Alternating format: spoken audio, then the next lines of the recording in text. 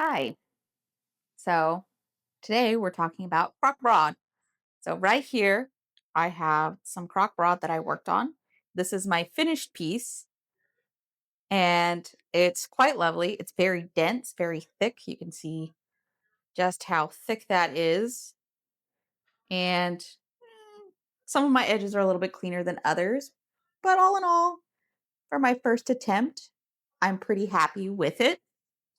So I did this on the rigid Heddle Loom, which I'm about to show you how. And I'm going to give a couple tips.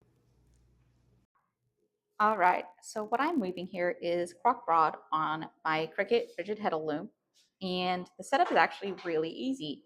I was surprised that it is exactly like my pickup stick for flowers for the setup.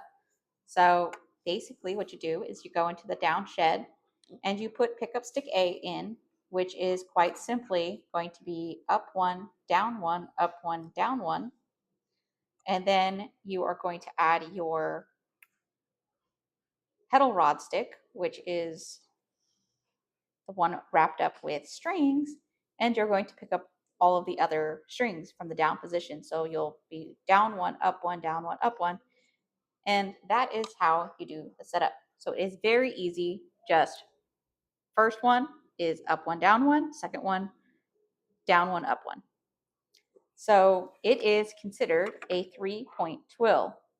So what you do is no matter what pattern you're doing, you're always doing the exact same order, and you just change the order of the colors that you're doing. So you come up here and you move pickup stick 1 forward, or pickup stick A.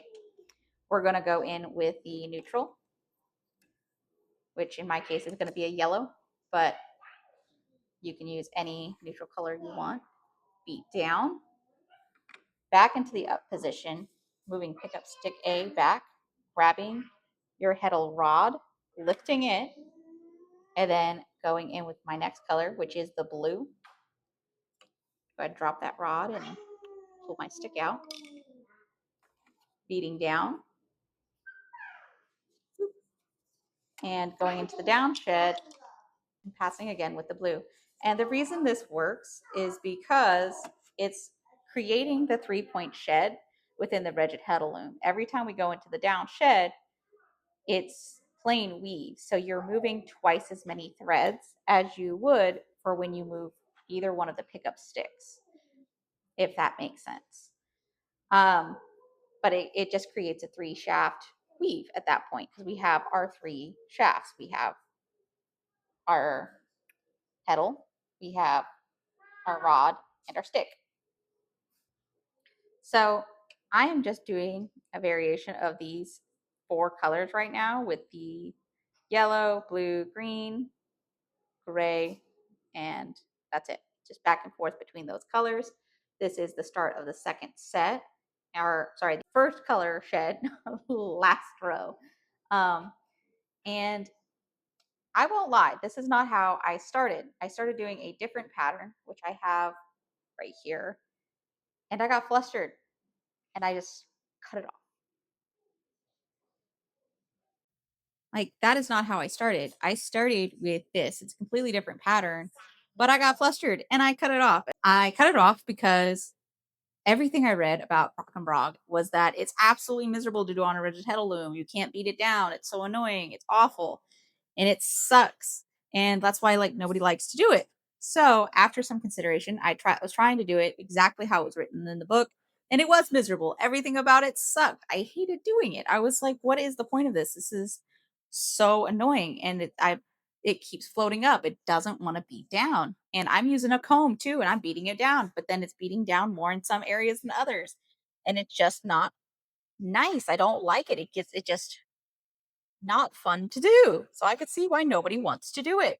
And it is packed very thick and it's, very firm. Like it's probably not even going to be able to shrink because like it's packed so tight.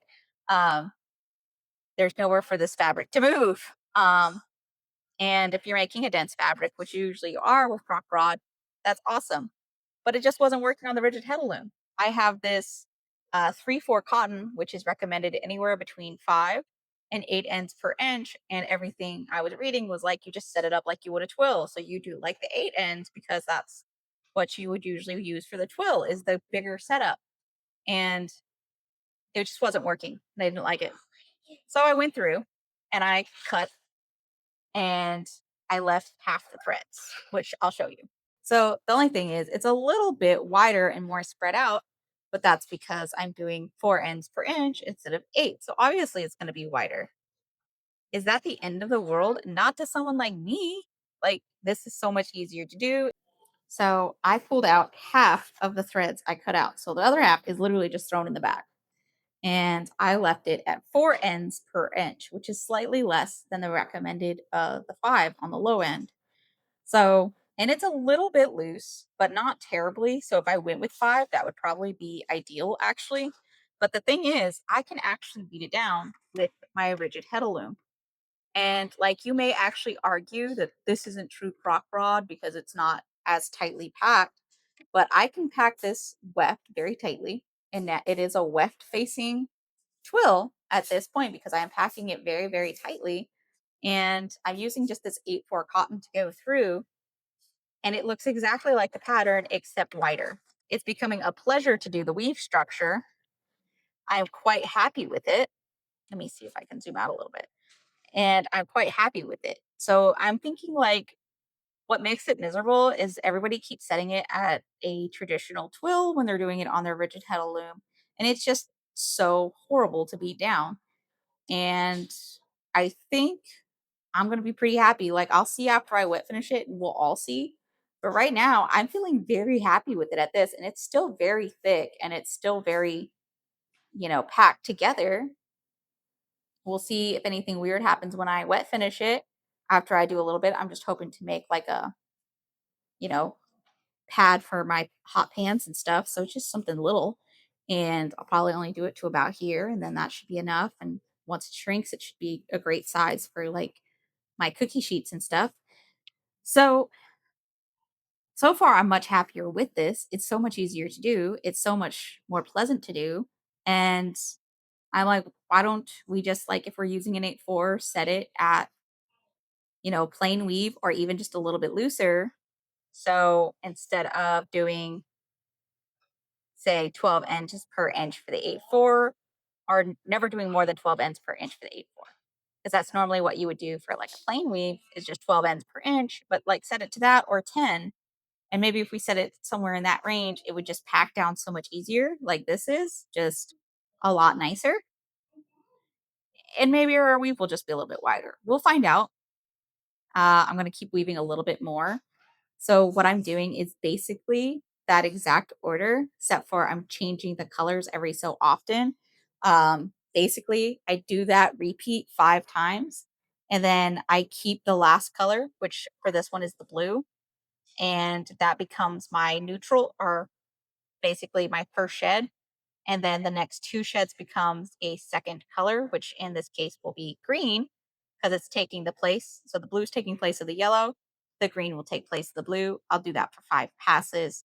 And then I'll change again with the gray taking the place of the green and the green taking place of the blue and moving up. And I'll just keep that literally pick up stick A, pick up stick B, down shed, repeat the entire time. We'll come back.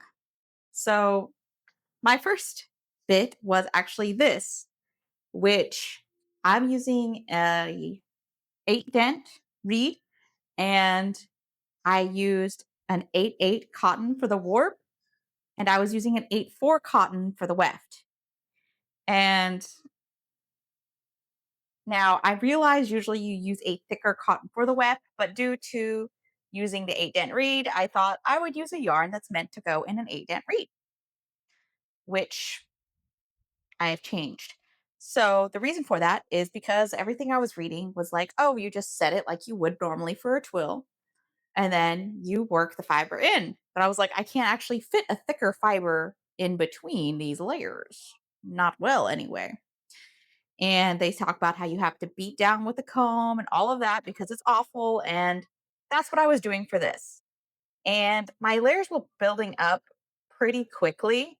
when I was doing this. And, it looks pretty much like traditional Krokbragd, but occasionally I just couldn't beat down hard enough to get the entire layer covered anywhere you see the white because, I was using yellow to make sure, and it just wasn't. And it was starting to kind of become uneven. And I almost broke a warp thread with how thick this is. That's pretty impressive. And so I stopped and I thought about it. And I thought, this is miserable. And as you could see, my edges just weren't coming out as smoothly. It just felt very difficult and sloppy, and I wasn't liking it. And I was kind of seeing why a lot of things were like, although you can do it on a rigid heddle loom, we don't recommend it. And then I kind of thought about it and I was like, maybe we shouldn't do it on rigid heddle loom the way we do it on our floor loom because we just can't beat hard enough. Even with the comb, you just can't beat hard enough evenly. So I decided to make a change. I cut out half the warp threads. I just cut them out, pulled them out, and kept it as a twill because on the low end for these 8/8 cotton, you use 4 to 5 strands per inch or 4 to 5 ends per inch. And I was like, you know what? That's what you would use for a plain weave. I'm going to go ahead and just drop it to 4, like it's a plain weave, but I'm going to thread it like a twill. And that's what I did. And as you will see, it beat down beautifully. No need to use a comb, no need to do any of that. So it took longer to build up height, but I was getting such better coverage on the warp, which this is a weft face weave. What is most important is that you cover the warp. So, in my opinion, I was much happier with this. It's still very thick, which is what you would expect from a croc broad weave. It is very the whole warp is covered perfectly. The pattern is exactly like the pattern in the book. And it did pull in after I wet finished it about an inch. Or sorry, 2 inches. Well, after I wet finished it and dried it in the dryer, so soaked it in the sink, threw it in the dryer, it shrank about 2 inches in width. And only realistically, after the tension on the warp was released and I dried it, only about a quarter of an inch. So it's 6 inches by 8 inches, and I'm using it for a hot pad.